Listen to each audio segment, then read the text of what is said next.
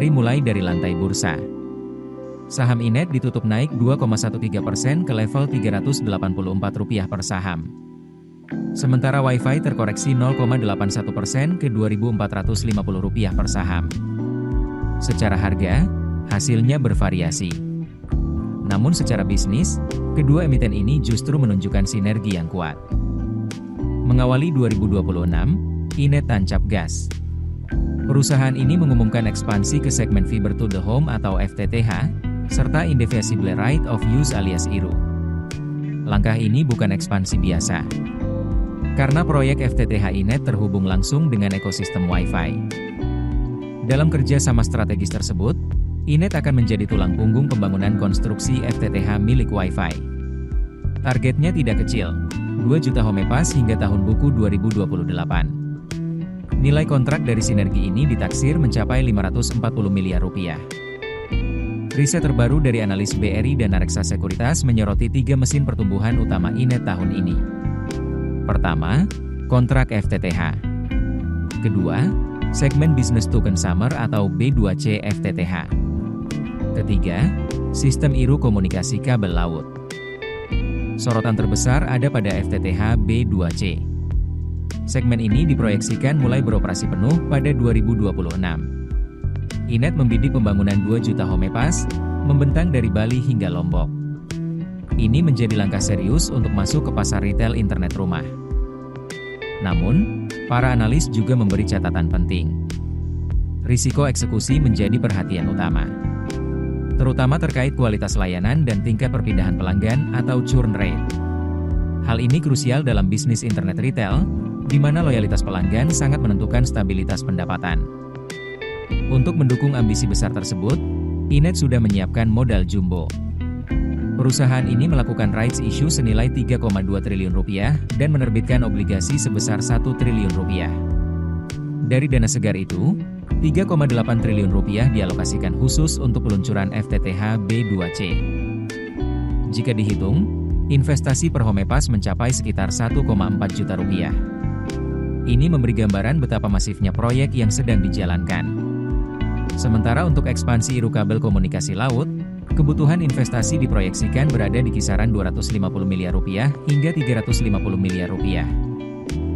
Tak berhenti di ekspansi organik, Inet juga agresif lewat akuisisi.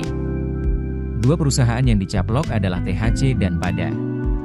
THC disebut menyediakan infrastruktur utama di Kalimantan Barat. Sedangkan Pada diposisikan sebagai penyedia tenaga kerja untuk penyebaran jaringan FTTH dan FWA milik Wi-Fi.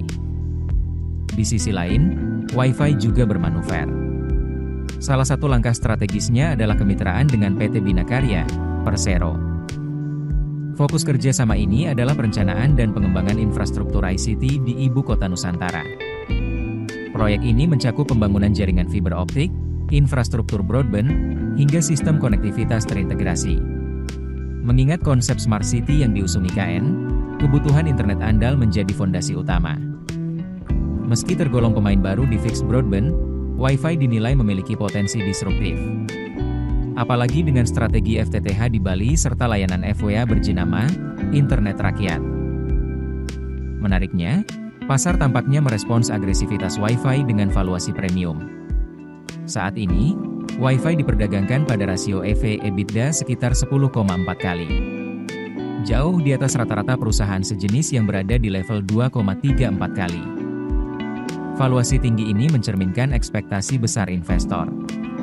Namun seperti biasa, ekspektasi harus dibuktikan lewat realisasi kinerja dan keberhasilan ekspansi.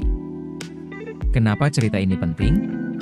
Karena ini menggambarkan dinamika menarik di sektor digital Indonesia. Permintaan internet rumah terus meningkat. Persaingan makin ketat. Dan model bisnis berbasis recurring income menjadi incaran. Inet dan Wi-Fi memperlihatkan pembagian peran yang jelas. Inet fokus sebagai backbone dan penyedia infrastruktur. Wi-Fi menyasar pasar retail dan pengguna akhir. Jika strategi berjalan sesuai rencana, sinergi ini berpotensi menciptakan ekosistem yang saling menguatkan. Namun, risiko tetap ada. Eksekusi proyek, kualitas layanan, penetrasi pasar, hingga kompetisi dengan pemain besar akan menjadi faktor penentu.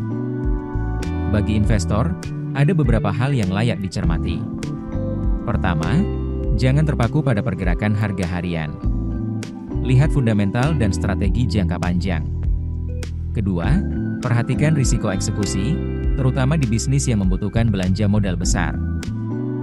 Ketiga, pahami bahwa valuasi premium mencerminkan harapan tinggi. Jika realisasi tidak sesuai ekspektasi, volatilitas bisa meningkat. Diversifikasi portofolio tetap menjadi langkah bijak untuk mengelola risiko. Dan yang tak kalah penting, selalu gunakan dana yang siap terhadap fluktuasi pasar. Karena di pasar saham, peluang dan risiko selalu berjalan berdampingan. Keputusan bisnis terbaik datang dari data, bukan tebakan. Mudah berlangganan Business Insight dengan subscribe with Google.